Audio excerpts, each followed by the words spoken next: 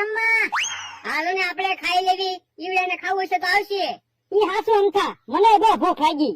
જો બોલો તમે તો ફટાફટ રસોઈ બનાવી નાખી. હું રસોઈ તો જલ્દી જ બનાવે ને, ભૂખ જ એટલી લાગી હતી ને.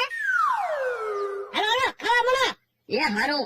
અને ભોળા દાદા ને લાડવાની તાણ કરજો. ભોળા દાદા 1000 રૂપિયા આપ્યા એટલે તો આપણે લાડવા ખાવી. કામ અમારા ભાઈ તો અમને લાડવાની તાણ કરજો અને ભોળા દાદાને લાડવાની તાણ કરજો. એ વાંધો નાય. પણ અહીંયા અમથાની વાડીએ જમવાનું રાખ્યું એની કરતા ક્યાંક હોટલમાં જમવાનું રાખ્યું હોત તો પૈસાથી હું કામ બીવો? પૈસા તો જોવે એટલા ભોળા દાદા આપશે. કા ભોળા દાદા? તો હજી પૈસા આપજે અને હોટલમાં જમવા જાવું. એ વાંધો નહીં. હવે અઠવાડિયે 15 દીએ કોકને ને કોકને કાંક ને કાંક નવી વસ્તુ લીધા રાખવાની. એટલે પાર્ટી તો આયા કરે. કામ અમારા ભાઈ તો હારે બેહીને જમવાની કેવી મજા આવે. જેની પાસે પાર્ટીને પૈસા ન હોય એને ભોળા દાદા પાસેથી પાર્ટીને પૈસા લઈ લેવાના. હે ઓલા ભાઈ કેમ ટ્રેક્ટર લઈને ભાગ્યા? એ ક્યાં તને કામ? ઓલા ભાઈ કેમ ટ્રેક્ટર લઈને ભાગ્યા? એનું ટ્રેક્ટર છે તો એ લઈ જ જાય ને. કેમ એનું ટ્રેક્ટર? અમારું ક્યાં ટ્રેક્ટર છે? હા તમે તો કહેતા હતા તમે ટ્રેક્ટર લાવ્યા. ઈ તો અમારે ટ્રેક્ટરની જરૂર હતી ને એટલે ટ્રેક્ટર લાવ્યા હતા. હા લ્યો બોલો તમે વેસાતું ટ્રેક્ટર ના લાવ્યા? ના રે ના. તો પણ પાર્ટી હું કામ આપી?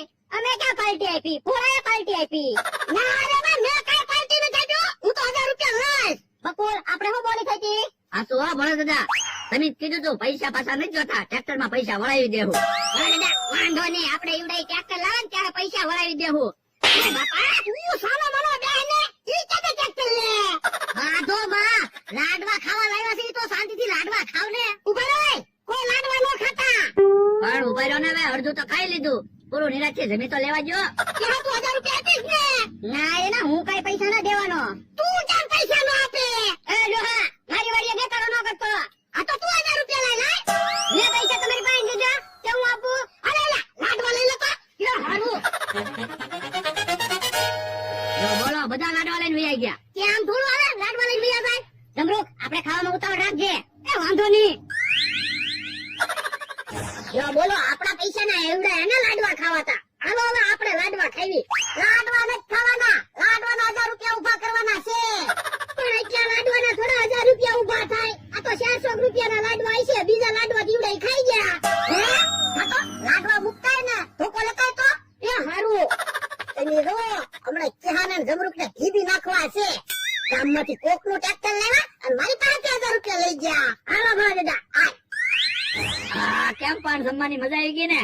આપણે તો ધરાઈને ખાધું પણ મને તો એવું લાગે કે આ કાકાએ જમરૂ કાકાએ બરાબર લાડવા ન ખાધા.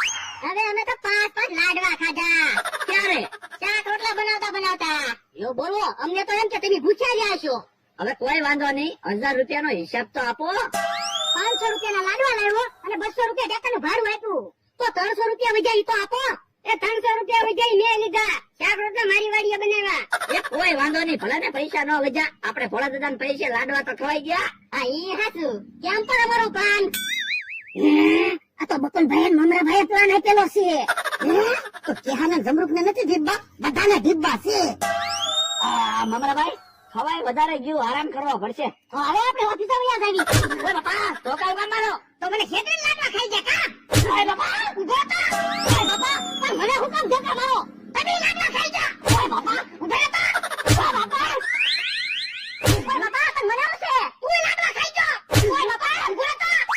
ઓય બાપા એ લોહા મને હું કામ ધોકા મારે? આ તો તે લાડવા ખાતા. ઓય બાપા ઉભો થા.